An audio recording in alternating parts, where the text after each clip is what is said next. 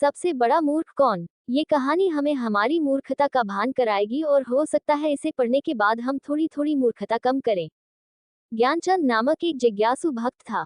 वह सदैव प्रभु भक्ति में लीन रहता था। रोज सुबह उठकर पूजा पाठ, ध्यान भजन करने का उसका नियम था। उसके बाद वह दुकान में काम करने जाता। दोपहर के भोजन के समय वह दुकान बंद कर देता और फिर दुकान नहीं खोलता था।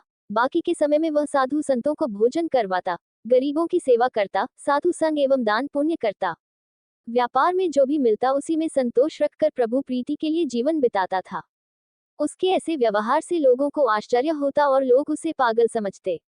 लोग कहते ये तो महामूर्ख है, कमाए हुए सभी पैसों को दान में लुटा देता है, फिर दुकान भी थोड़ी देर के लिए ही खोलता है, सुबह का कमाई करने का समय भी पूजा पाठ में गंवा देता है।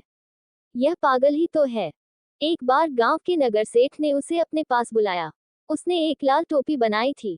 नगर सेठ ने वह टोपी ज्ञानचंद को देते हुए कहा, ये टोपी मूर्खों के लिए है।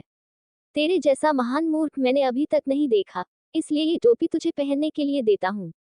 इसके बाद यदि कोई तेरे से भी ज्यादा बड़ा मूर्ख दिखे तो तू उसे पहनने के लिए दे देना।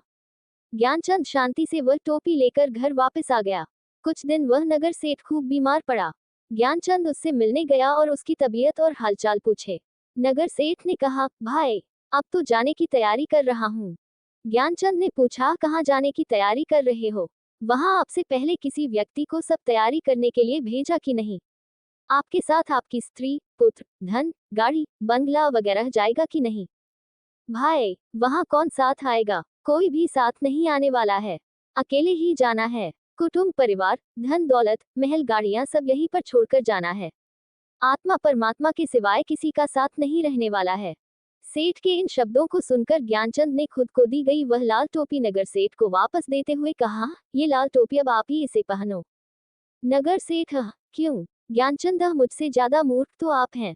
जब आपको पता था कि पूरी संपत्ति, मकान, दुकान, दुनियादारी आपके साथ नहीं जाने वाले, तब भी आप जीवन भर इसी लालच में लगे रहे और आवश्यकताओं की पूर्ति होने के बाद भी आप और कमाई करने के स्वार्थ में लगे रहे, शारीरिक भौतिक इच्छा पूर्तियों में लगे रहे और सत्कर्म नहीं किए, जरूरतमंदों की सेवा नहीं की, ईश्वर की भक्ति नहीं की, भजन नहीं किया, दान नहीं किया, धार्मिक कार्य नहीं किए, धर्म का प्रचार नहीं किया, परलोक जाने की आपने कुछ भी तैयारी नहीं की। अब आप खुद समझ जाए कि सबसे बड़ा मूर्ख कौन है।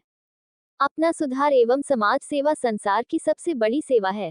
कहानी कैसी लगी कमेंट करके जरूर बताएं और चैनल को सब्सक्राइब